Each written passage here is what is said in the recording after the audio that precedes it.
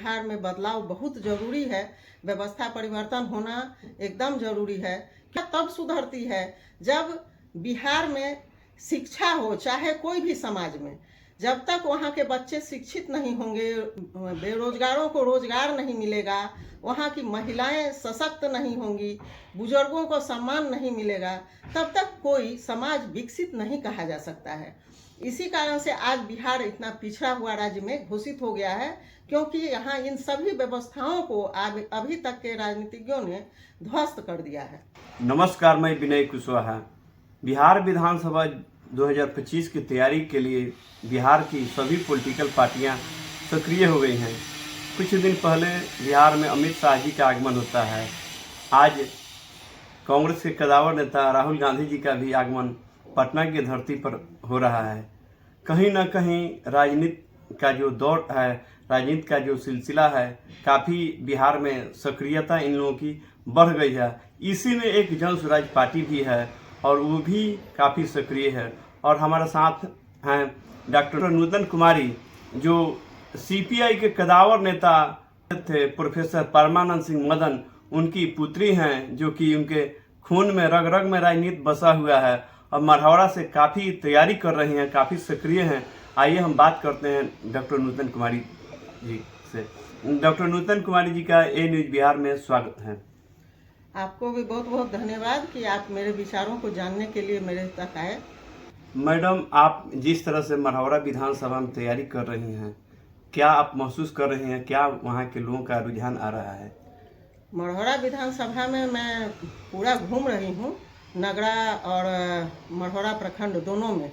तो वहाँ के लोगों में बदलाव को लेके एकदम बहुत अच्छा रिस्पांस आ रहा है। लोग कह रहे हैं कि सही में बिहार में बदलाव बहुत ज़रूरी है। व्यवस्था परिवर्तन होना एकदम ज़रूरी है, क्योंकि जो बातें अभी तक ये 35 साल से लालू जी का और नीतीश जी के राज में कुछ जो इधर उधर थोड़े बहुत बदलाव देखने को मिले हैं, लेकिन कोई भी जनता आज के समय में पारिवारिक रूप से खुश नहीं है। ना उसका परिवार विकसित हुआ है, ना उसकी व्यवस्था सुधरी है। एक थोड़े बहुत सड़क और बिजली से पूरा व्यवस्था में कोई परिवर्तन नहीं हुआ है और न होने वाला है, क्योंकि व्यवस्था तब सुधरती है जब बिहार में शिक्षा हो, चाहे कोई भी समाज में। जब तक वहाँ के बच्चे शिक्षित नहीं होंगे, बेरोजगारों को रोजगार नहीं मिलेगा, वहाँ की महिलाएं सशक्त नहीं होंगी, बुजुर्गों को सम्मान नहीं मिलेगा, तब तक कोई समाज विकसित नहीं कहा जा सकता है।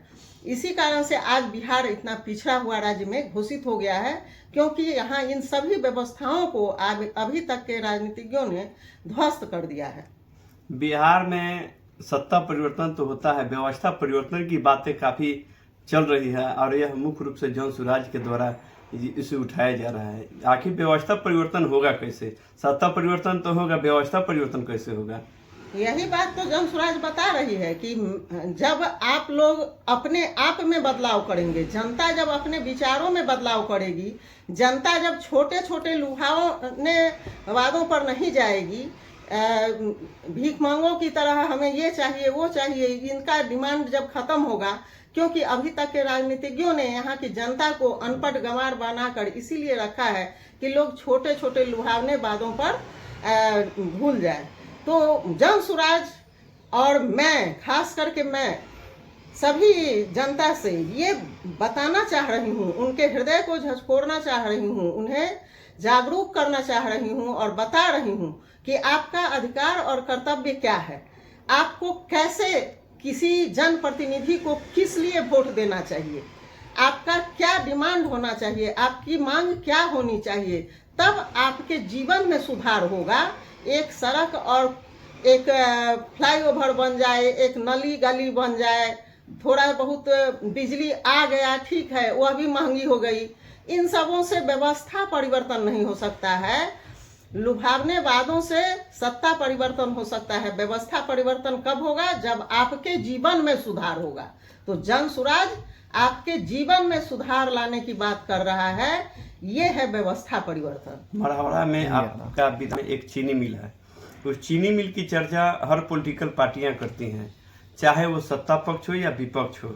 और किसी ने उसे चालू करने की बात किया तो किसी ने बंद करने की बात किया, लेकिन यह मुद्दा मरहौरा का रहता है। और कल पहले यहाँ पर लोकसभा का चुनाव हुआ था, उसमें प्रधानमंत्री जी आए थे, बोले थे कि मेरी सरकार बनेगी तो इसी चीनी मिल से धुआं निकलेगा और वहाँ का चीनी से मैं चाय पीऊँगा।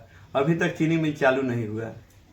तो वह तो यहाँ की जनता को समझना चाहिए। हम लोग तो उन्हें बता रहे हैं कि लोग झूठे वादे कर रहे हैं।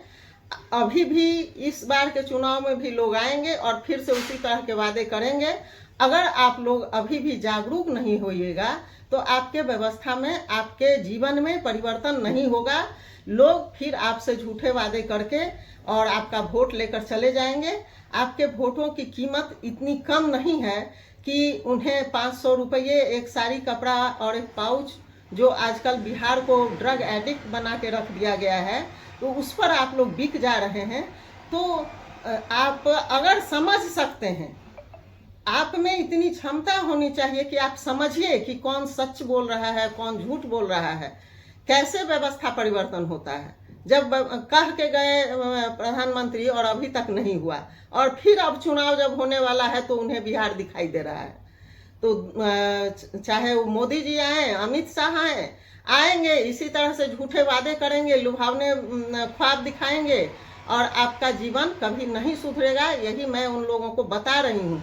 चाहे वह बिहार में हो रहने वाली सरकार हो, राजद हो, बीजेपी हो, जदयू हो, कोई भी पार्टी, कांग्रेस ने भी आज़ादी के बाद, आज़ादी के समय की जो कांग्रेस थी वह एक अलग कांग्रेस था।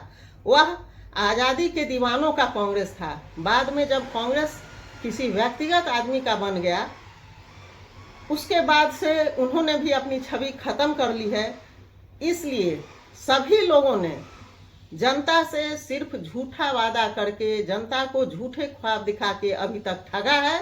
यही बात मैं जनता को बता रही हूँ कि जब तक आप लोग इस बात को नहीं समझिएगा तब तक आपके जीवन में परिवर्तन नहीं होगा। और जब तक जीवन में आपके परिवर्तन नहीं होगा, बिहार की एक एक जनता जब तक सुखी नहीं होगी, तब तक बिहार के व्यवस्था में परिवर्तन नहीं हो पाएगा। मैडम, 11 अप्रैल को बिहार बदलाव रैली पटना के गांधी मैदान में होने जा रहा है। उसके लिए सारण सहित मरहौरा के लोगों को क्या संदेश देंगे, क्या आह्वान करेंगे? मैं मरहौरा की जनता से आह्वान कर रही हूँ कि सभी लोग अधिक से अधिक संख्या में, चाहे वह युवा वर्ग हो या पुरुष हो, बुजुर्ग हो, महिलाएं हो, सभी लोग अपने जीवन की उन्नति और तरक्की अगर चाहते हैं तो आप लोग एक बार गांधी मैदान में उपस्थित होकर यह दिखा दें कि आप लोग अब बिहार को बदलना चाहते हैं, न कि झूठे लुभावने वादों पर राजनीतिज्ञों के भुलावे में आना चाहते हैं। तो आप अपनी इस क्षमता को, इस शक्ति को दिखाने के लिए अधिक से अधिक संख्या में गांधी मैदान 11 अप्रैल को चलें और बिहार के व्यवस्था परिवर्तन की रैली में सहयोग करें। बहुत बहुत धन्यवाद।